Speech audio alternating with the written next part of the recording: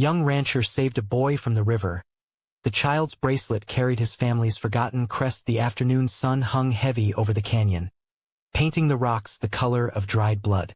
Caleb Hayes rode his bay mare along the river's edge, the sound of rushing water mixing with the steady beat of hooves on packed earth. He had come down from the high pasture to check the fence lines, but something in the air felt wrong. The birds had gone quiet. Even his horse seemed nervous, ears flicking back and forth like she was listening for danger. Caleb pulled up on the reins and sat still in his saddle. 32 years old, with hands that knew hard work and eyes that had seen too much, he had learned to trust his gut when it whispered warnings. The river ran high from the spring melt, carrying branches and debris in its brown current. Nothing unusual there, but the silence pressed against him like a held breath. Then he heard it, a cry, thin and desperate, almost lost in the roar of water. He turned his head toward the sound and saw movement in the river. Not a branch or a piece of wood, but something small and pale, fighting against the current. A child. A boy, maybe 8 or 9 years old, his dark hair plastered to his skull as he struggled to keep his head above water. Caleb didn't think. He spurred his horse forward and jumped down from the saddle before the mare had fully stopped. The boy was 50 yards downstream and moving fast with the current. Caleb ran along the bank, his boots slipping on the wet stones, his heart hammering against his ribs. The child went under once, then came back up, coughing and gasping. His small arms beat at the water like broken wings. He was weakening. In another minute, maybe less, the river would claim him. Caleb reached a spot where a fallen cottonwood stretched partway across the water.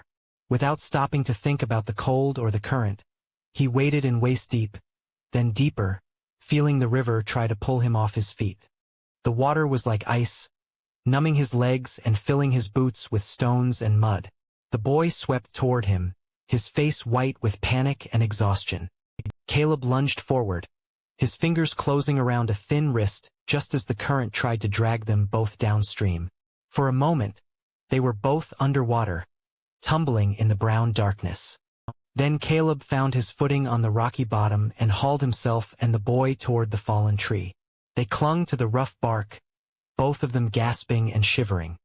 The boy's lips were blue with cold, his small body shaking so hard that Caleb could feel it through the water. But he was alive. His eyes, dark as creek stones, stared up at Caleb with a mixture of fear and gratitude. "I got you," Caleb said, his voice rough. "You're safe now." Getting back to shore took all his strength. The boy had no fight left in him, hanging limp as a wet shirt as Caleb half-carried, half-dragged him through the shallows. By the time they reached dry ground, both of them were done in. Caleb collapsed on the bank beside the child, water streaming from his clothes, his chest burning as he tried to catch his breath. The boy lay on his side, coughing up river water. He was thin, too thin, with hollow cheeks and clothes that hung on his small frame like empty sacks. His shirt was torn in several places, and his feet were bare and cut from the rocks. But what caught Caleb's attention was something else entirely. On the boy's left wrist, partially hidden by his wet sleeve, was a bracelet. Not the kind of thing a poor child would wear. This was silver, real silver, with intricate engravings that caught the late afternoon light. And at its center was a crest. The family crest. Caleb's breath caught in his throat. His hands, still numb from the cold water, began to shake for an entirely different reason. He knew that crest. He had seen it before 5 years ago on a different day in a different place. A day he had spent 5 years trying to forget. The boy stirred, rolling onto his back and looking up at the sky. His breathing was easier now, though his lips were still blue with cold. Caleb forced himself to look away from the bracelet and focus on more immediate needs. The child needed warmth and dry clothes, or he would catch his death in the mountain air. "What's your name, son?" Caleb asked, his voice coming out rougher than he intended. The boy's dark eyes fixed on his face. "Tommy," he whispered. "Tommy Whitmore." The name hit Caleb like a physical blow. Whitmore. Of course. The bracelet, the crest, even the boy's features now that he looked closer. The dark hair, the shape of his face, the way he held himself even in weakness. This was Marcus Whitmore's son. Marcus Whitmore, who had been dead for 5 years. Marcus Whitmore, who had died because of what Caleb had done. The boy was shivering harder now, his small body curled up on the muddy ground. Whatever sins lay between them, whatever debts the past had written in blood, the child needed help. Caleb pushed the memories down and focused on the present moment. "Can you sit up, Tommy?" he asked. The boy nodded and struggled into a sitting position. Caleb pulled off his own vest, which was damp but not soaked through, and wrapped it around the child's thin shoulders. His horse had wandered a few yards away and stood cropping grass, apparently unconcerned by the drama that had just played out. "I'm going to get you somewhere warm," Caleb said. "My cabin's not far." Tommy looked up at him with those dark eyes that were so much like his father's. "Thank you, mister. I thought I was going to die." The words cut through Caleb like a knife. The boy had no idea who had just saved him. No idea that the man kneeling beside him in the mud was the same man who had killed his father and destroyed his family. The irony was cruel enough to make a man laugh, if laughing didn't feel like it would tear something vital inside his chest. Caleb helped Tommy to his feet and lifted him onto the horse. The boy was light as a bird, all bones and not enough flesh. As they started up the trail toward the cabin, Caleb found himself stealing glances at the silver bracelet. The crest seemed to burn in the fading light, a reminder of everything he had tried to leave behind. The past, it seemed, had a way of finding a man no matter how far he ran or how deep he tried to bury it. And sometimes it came in the most unexpected form, small and shivering and trusting, wrapped in his vest and sitting in his saddle. As they rode through the growing dusk, Caleb wondered if this was how justice worked. Not with a bullet or a rope, but with a child's innocent trust and a piece of silver jewelry that gleamed like an accusation in the dying light. The cabin felt smaller with the boy in it. Tommy lay wrapped in Caleb's only good blanket on the narrow cot by the fireplace, his breathing shallow and quick with fever. The ride up from the river had taken the last of the child's strength, and by the time they reached the cabin, he was burning hot and shaking with chills. Caleb had built up the fire until the room glowed warm and orange, then stripped the wet clothes from the boy's thin frame and dressed him in one of his own shirts. The garment hung on Tommy like a tent, but it was dry and warm, and that was what mattered. The silver bracelet, though, that Caleb had set carefully on the kitchen table, unable to bear its touch against his fingers. Now, as the night deepened around them, Caleb sat in his wooden chair beside the cot and watched the boy sleep. Every few minutes, he would dip a cloth in cool water and press it to Tommy's forehead, trying to break the fever that had settled in his small body like an unwelcome guest. The child's face was flushed, his dark hair damp with sweat, and occasionally he would murmur words that Caleb couldn't quite make out. The bracelet gleamed in the firelight from across the room, its silver surface reflecting the dancing flames. Caleb found his eyes drawn to it again and again, like a man unable to look away from his own grave. He knew every curve of that crest, every detail of its design. The Whitmore family coat of arms, an eagle with spread wings above a shield, and beneath it the Latin words that had once meant something to decent people. Honor et veritas. Honor and truth. Marcus Whitmore had worn a ring bearing that same crest. Caleb could still see it even now, 5 years later. Could still see the way the gold had caught the lamplight in the saloon that night in Pueblo, when everything had gone so terribly wrong. It had started simple enough, the way bad things often do. Caleb had been younger then, 27 and full of himself, working as a hired gun for whoever would pay him best. Not proud work, but it put money in his pocket and kept him moving, always moving, never staying in one place long enough for his past to catch up with him. He had been in Pueblo for 3 days when Marcus Whitmore rode into town. Whitmore had been a banker from back east, traveling with a wagon full of gold and silver bound for the territorial government in Denver. Clean-shaven and well-dressed, he carried himself with the quiet dignity of a man who had never needed to draw a gun to settle his problems. He took a room at the hotel and kept to himself, but word spread quickly in a town like Pueblo. Gold drew men like blood drew flies, and there were plenty of both kinds of men in that particular corner of Colorado territory. Caleb had been drinking in the Silver Dollar Saloon when Jake Morrison approached him. Morrison was the kind of man who left a trail of bad decisions and worse debts wherever he went, and he had a proposition. The banker would be leaving town in 2 days, traveling north through Devil's Canyon with only one guard. Morrison had it all planned out. They would hit the wagon in the narrow pass where the road curved around the big rocks. Simple and clean, he said. Nobody had to get hurt. But things were never simple and they were almost never clean. The memory came back to Caleb now like a fever dream, vivid and painful. The sound of their horses' hooves on stone as they rode down from the high rocks. The look of surprise and then fear on Marcus Whitmore's face as he reached for the rifle beside him on the wagon seat. The guard, a boy not much older than Tommy, fumbling for his pistol with hands that shook too badly to be steady. Caleb had meant to wound them, nothing more. A shot in the shoulder to put them down without killing them. But the wagon guard's horse had reared at the sound of gunfire, and Marcus Whitmore had been thrown from the seat. The back of his head had struck the wheel of his own wagon with a sound that Caleb still heard in his nightmares.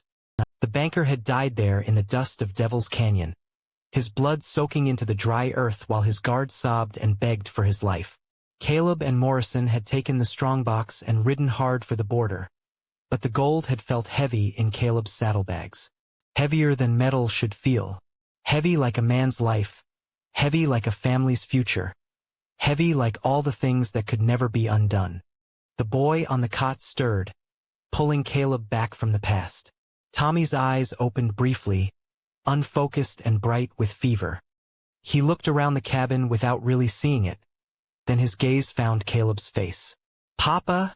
he whispered, his voice small and lost. The word hit Caleb like a physical blow. He leaned forward and placed the cool cloth on the boy's forehead again. "Shoo," he said softly. "You're safe. Just rest now." But Tommy was already slipping back into the world of fever dreams. His lips moved, forming words that came out broken and scattered. "Papa said he'd come back. Christmas. Said he'd bring me something from Denver." Caleb's hands stilled on the cloth. Marcus Whitmore had been traveling to Denver, the territorial capital where the banker had business with the government. Business he would never complete, thanks to Caleb's greed and Jake Morrison's persuasion. "Mama cried," Tommy continued, his voice barely above a whisper. "Cried when the man came, when he told us Papa was—" The boy's words trailed off as he sank deeper into sleep, but Caleb had heard enough. He sat back in his chair, his heart hammering against his ribs. The child in his cabin, burning with fever and wrapped in his blanket, was Marcus Whitmore's son. The son of the man he had killed for a strongbox full of territorial silver. The irony was sharp enough to cut. 5 years ago, Caleb had destroyed this boy's family, taken away his father and left him and his mother to face the world alone. And now, by some cruel twist of fate, that same boy had fallen into his hands. Fallen literally, from the rushing river that might have been his grave if Caleb hadn't been there to pull him out. Outside, the wind picked up, whistling through the gaps in the cabin walls and making the fire dance in the fireplace. Tommy shivered in his sleep, and Caleb pulled the blanket up to his chin. The boy's face was peaceful now, the fever lines smoothed away by whatever dreams carried him through the night. But Caleb could find no peace. He looked across the room at the silver bracelet, gleaming like an accusation in the firelight. Tomorrow, when the fever broke and the boy was strong enough to talk, there would be questions. Where had he come from? How had he ended up alone in the river? And most dangerous of all, what had become of his family? How could a man tell a child that he was the one who had made him an orphan? Morning came gray and heavy, with clouds hanging low over the canyon like dirty wool. Caleb had not slept, keeping watch through the long night as Tommy's fever rose and fell like a tide. Near dawn, the boy's breathing had finally eased, and the burning heat had left his small body. When the first pale light filtered through the cabin's single window, Tommy opened his eyes and looked around with the clear gaze of someone fully awake. "Where am I?" he asked, his voice hoarse but steady. Caleb set down the cup of coffee he had been nursing and moved to sit on the edge of the cot. "My cabin," he said. "Up in the canyon. You fell in the river yesterday. Do you remember?" Tommy's hand went instinctively to his wrist, feeling for the silver bracelet. His face showed relief when he found it still there, fastened around his thin arm like a talisman against the world's cruelties. "I remember the water," he said quietly. "It was so cold. And you pulled me out." "That's right." Caleb found himself studying the boy's face in the morning light. The fever had left him pale, but his eyes were bright and intelligent. There was something in them that spoke of too much understanding for such a young age. Too much loss already carried in those small shoulders. "Are you hungry?" Caleb asked. The boy nodded quickly, and Caleb could see the careful way he tried not to appear too eager. It was the look of a child who had learned not to expect regular meals, who had discovered that showing desperation only sometimes brought food, and sometimes brought disappointment instead. Caleb moved to the stove and began preparing breakfast. He had bacon from a pig he had traded for last month, and flour for biscuits. As he worked, he was aware of Tommy watching his every movement with quiet attention. The boy sat up in the cot, the oversized shirt hanging around him like a tent, his dark hair sticking up in all directions. "I don't have much in the way of boys' clothes," Caleb said as he stirred the biscuit dough. "But I reckon we can find you something that fits better than what you're wearing." "These are fine," Tommy said politely. "Thank you for the shirt. And for saving me." The simple gratitude in the boy's voice made Caleb's chest tight. He focused on the biscuits, rolling them out and cutting them with practiced movements. Outside, the wind was picking up, rattling the windows and sending dust devils spinning across the yard. When the food was ready, Caleb set it on the small table and helped Tommy to his feet. The boy was unsteady at first, his legs weak from the fever, but he managed to walk the few steps to the chair. Caleb watched him eat with the careful manners of someone who had been taught proper behavior but had not always had the chance to practice it. He cut his bacon into small pieces and chewed each bite thoroughly, making the meal last. "How long since you've had a proper breakfast?" Caleb asked. Tommy paused with a forkful of biscuit halfway to his mouth. "A while," he said simply. They ate in silence for several minutes, the only sounds the crackling of the fire and the wind outside. But Caleb could feel the boy's story pressing against the quiet air between them, waiting to be told. Finally, Tommy set down his fork and looked across the table with those two serious eyes.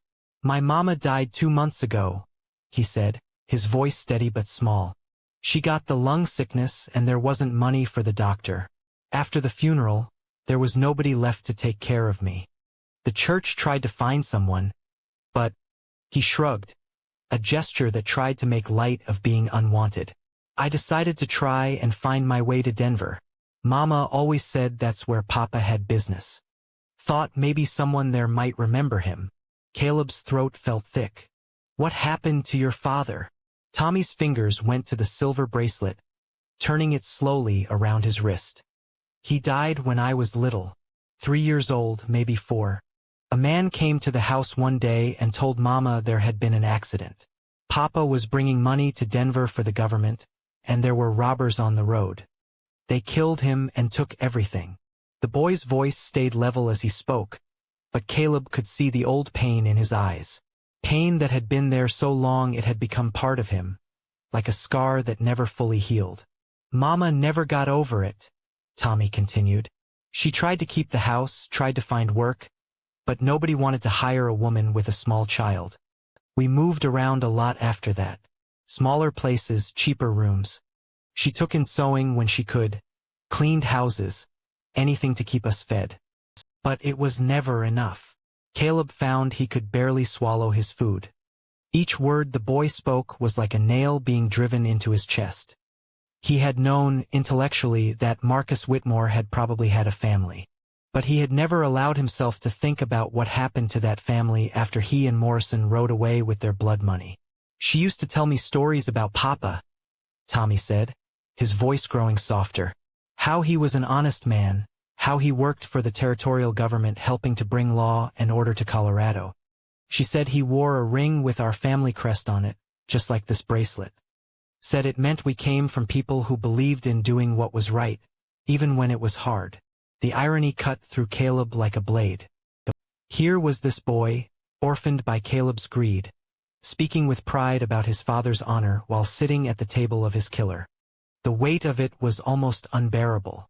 Thunder rumbled in the distance, and the first drops of rain began to patter against the window. Tommy glanced toward the sound, then back at Caleb. I was trying to follow the river north toward Denver, he said.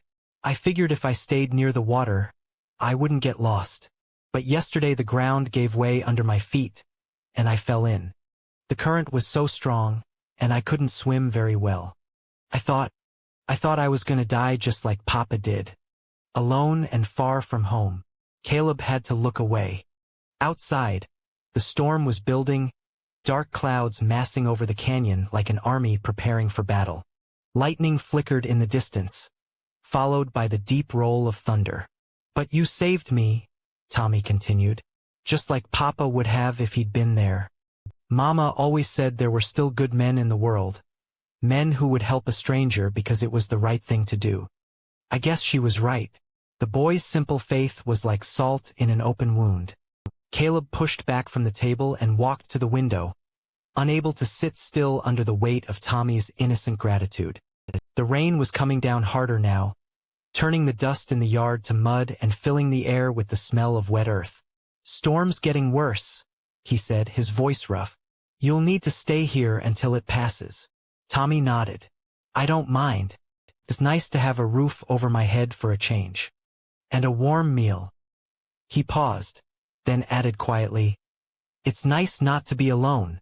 Those last words hit Caleb harder than all the rest. The boy had been wandering for 2 months, an 8-year-old child trying to make his way across hundreds of miles of dangerous territory, carrying nothing but hope and his father's memory. And now he sat in this cabin, grateful for simple kindness from the man who had destroyed his world. Caleb pressed his forehead against the cool glass of the window and watched the rain come down.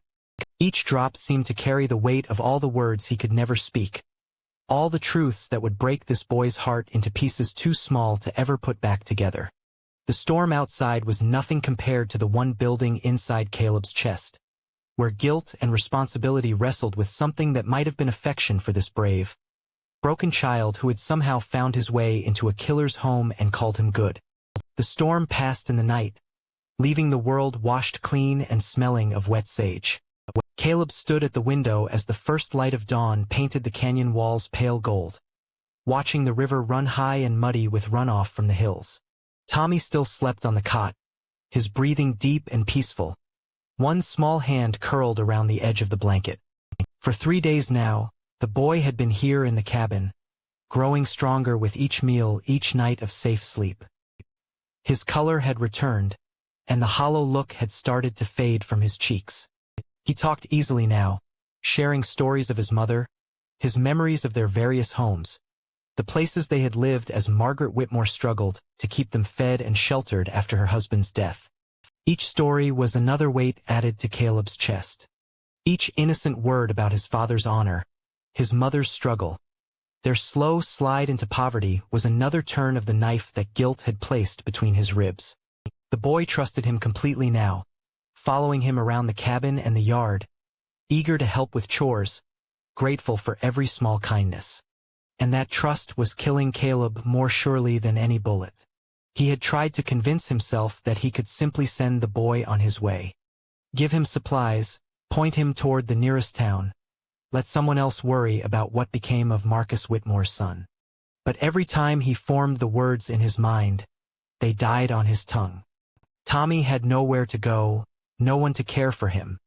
Sending him away would be another kind of murder, slower but just as certain. The boy stirred on the cot, then sat up and rubbed his eyes. "Morning, Mr. Hayes," he said, using the name Caleb had given him that first day. Not his real name, of course. Caleb Hayes was just one of many names he had worn over the years, like clothes that could be changed when they became too recognizable or too stained with the past. "Morning, Tommy." Sleep well? Yes, sir. The boy stretched and looked toward the window. The storm's over. That it is. Tommy swung his legs over the side of the cot and stood up. He was wearing some of Caleb's old clothes now, cut down and hemmed to fit his small frame. They were still too big, but they were clean and warm, and the boy wore them with a dignity that reminded Caleb painfully of his father. "What do you think I should do now?" Tommy asked, his voice careful and polite. "I don't want to be a burden, but I still need to get to Denver." The question Caleb had been dreading hung in the air between them. He poured himself coffee from the pot on the stove, using the familiar ritual to buy time he didn't really have.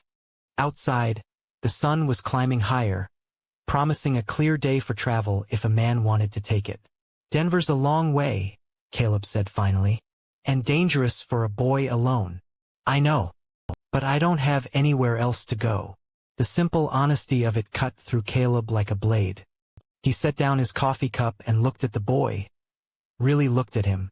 8 years old, orphaned, carrying nothing but hope and his father's silver bracelet. Trying to be brave in a world that had shown him nothing but cruelty since the day his father died in Devil's Canyon. "Tommy," Caleb said slowly, "what if I told you that going to Denver might not give you the answers you're looking for?" The boy's face grew serious. "What do you mean?" Caleb felt the moment balanced on a knife's edge. He could tell some gentle lie, send the boy away with supplies and directions to the nearest settlement. Or he could do what Marcus Whitmore would have done, tell the truth no matter the cost. "Come with me," Caleb said. "There's something I need to show you." They walked down to the river in the morning stillness, their boots crunching on wet gravel. The water ran clear now that the storm had passed, moving quick and shallow over the stones. This was not the same spot where Caleb had pulled Tommy from the current, that was farther downstream, but it was the same river carrying the same water toward the same distant sea. Tommy picked up a smooth stone and skipped it across the surface, watching the ripples spread outward in perfect circles. "My papa taught me to do that," he said, "before he died. I don't remember much about him, but I remember that." Caleb sat down on a fallen log and gestured for the boy to join him. Tommy settled beside him, still clutching the stone he had been about to throw. The morning sun felt warm on their faces, and somewhere upstream a hawk cried as it circled high above the canyon walls. "Tommy," Caleb said, his voice rough with the weight of what he was about to do, "I need to tell you a story. About a man who made a terrible mistake a long time ago. About choices and consequences, and how sometimes the river gives back what we thought was lost forever." The boy looked at him with those dark eyes that were so much like his father's. "What kind of story?" "A true one." Caleb picked up his own stone and turned it over in his hands, feeling its smooth weight. "There was once a young man who had lost his way. He had no family, no home, no honor to speak of. He made his living with a gun, hiring out to whoever would pay him, never staying in one place long enough to put down roots or make friends." Tommy listened without speaking, sensing perhaps that this story was important in ways he didn't yet understand. One day, this young man met another man, someone who convinced him to do something terrible, to rob a wagon carrying government money. The young man told himself it was just business, that nobody had to get hurt. But he was wrong. Caleb's voice grew quieter, and he had to pause to clear his throat before continuing. "There was a good man on that wagon. An honest man with a wife and a small son waiting for him at home. And when the robbery went wrong, that good man died. Died for money that didn't even belong to him. Died trying to do his duty." The stone in Caleb's hands seemed to grow heavier. Tommy was very still beside him, his breathing shallow. The young man took the money and ran, like cowards always do. He told himself that what was done, that there was no going back, no way to make it right. He changed his name and moved far away and tried to forget. But some things can't be forgotten, Tommy. Some debts follow a man no matter how far he runs or how many names he wears. Caleb looked at the boy, saw the understanding beginning to dawn in those dark eyes. The man who died that day was named Marcus Whitmore. He wore a ring with his family crest on it. The same crest that's on the bracelet around your wrist right now. Tommy's hand went instinctively to the silver bracelet, his fingers tracing the familiar shape of the eagle and shield. His face had gone very pale. "The young man who helped kill your father," Caleb said, each word feeling like it was tearing something vital inside his chest. "Was me." The silence stretched between them like a chasm. Tommy stared at him with wide eyes, his small hands trembling as the truth settled into his bones. A meadowlark sang somewhere in the distance, its song pure and sweet in the morning air. "You're lying," Tommy whispered finally. "I wish I was. You saved me. You took care of me. You wouldn't. You couldn't." "I did." Caleb set the stone aside and turned to face the boy fully. "I killed your father, Tommy. Not with my own hand, but I was there. I was part of it. And for 5 years, I've carried that weight, knowing that somewhere there was a family that suffered because of what I did." Tommy's eyes filled with tears, but he didn't look away. "Why are you telling me this?" "Because you deserve the truth. Because your father was a man of honor, and his son deserves to know what really happened.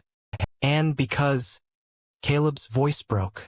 "Because I can't give you back your father or your mother, but I can give you this.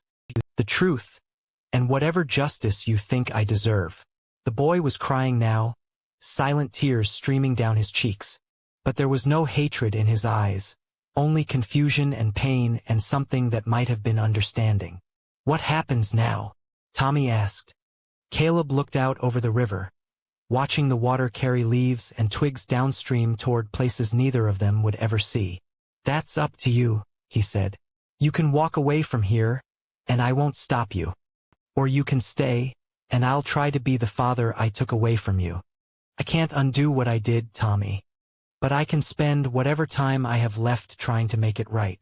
The river flowed on, carrying with it the memory of storm and the promise of clearer water ahead, while a man and a boy sat in the morning sun and waited to see what kind of redemption might be possible in a world where the guilty sometimes get a chance to love those they have wronged. So that's the story for today. If you enjoyed this, don't forget to like, share, and subscribe to our channel for more amazing stories. On a scale of 10 to 0, how would you rate this story? And let us know in the comments where you're watching from. We'd love to know. We'll see you in the next video. Until then, stay happy and take care.